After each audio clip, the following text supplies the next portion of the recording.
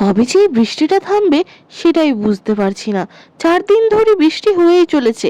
বাড়ির থেকে তো বাইরে পা দিলে 1 হাঁটু করে জল। এরকম করে কি পারা যায় নাকি? যাই, গিয়ে দেখি ছেলেটা আবার কি করছে। মা, মা, তুমি বলেছিলে ভালো করে পড়ে নিলে আজ কিন্তু ভালো কিছু খাওয়াবে। মা, বাবাকে বললো না গো মাংস আনতে, তাহলে আজকে একটু চিকেন পকোড়া করবে। বৃষ্টির দিনে খুব ভালো লাগে আমার। এই তো, ভালো ছেলের মতো পড়ে নিলে নিশ্চয়ই রান্না করে খাওয়াবো। ঠিক আছে, আমি বরং তোর বাবাকে গিয়ে বলি মাংস নিয়ে আসতে। আজকে না হয় গরম গরম চিকেন পকোড়া বানাবো, সবাই মিলে বেশ আনন্দ করে খাবো। যাই, গিয়ে দেখি ঘুম থেকে উঠলো কিনা। হে হে হে, সত্যি বলছো মা? তাহলে তো ভারী মজা হবে। আমি অনেকগুলো খাবো কিন্তু মা। বেলা 10টা বাজে, এখনো পড়ে পড়ে ঘুমোচ্ছে। কখন বাজারে যাবে কি জানি বাবু, গিয়ে ওঠাই। শুনছো? ওঠো ওঠো, বাজারে তো যেতে হবে নাকি? অনেক বেলা হয়েছে। ছেলেটা আজ আবদার করেছে চিকেন পকোড়া খাবে।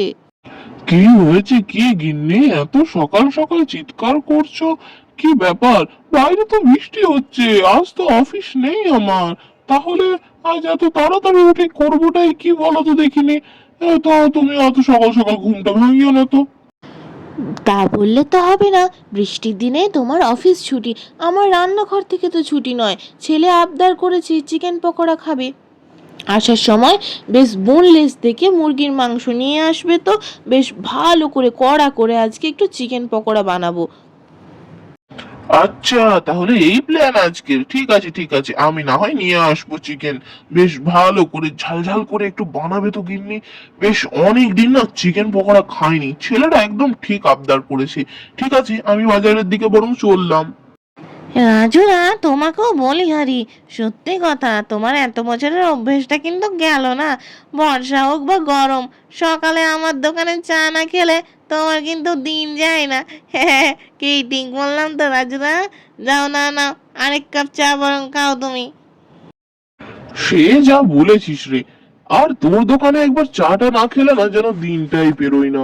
সেই মলাই দেওয়া চা, আহা। আর এই বর্ষার দিনে চা খেতে আসবো না?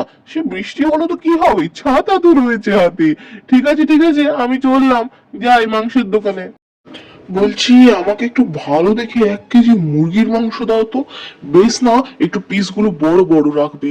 আসলে আজকে চিকেন পকোড়া করা হবে, সেই হিসেবে বোনলেস চিকেন দিও। আপনি একদম ঠিক সময়ে এসেছেন। আজকে মাংসের দাম একটু কম আছে, তাই চিকেন পকোড়া বানাবার জন্য বেশ ভালো।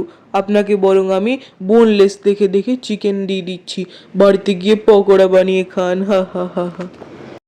ওমা, তাই নাকি? তাহলে তো বেশ ভালো কথা। দিয়ে দাও দিয়ে দাও, তাহলে বরং তুমি আজকে একটু 1.5 কেজি চিকেন দাও।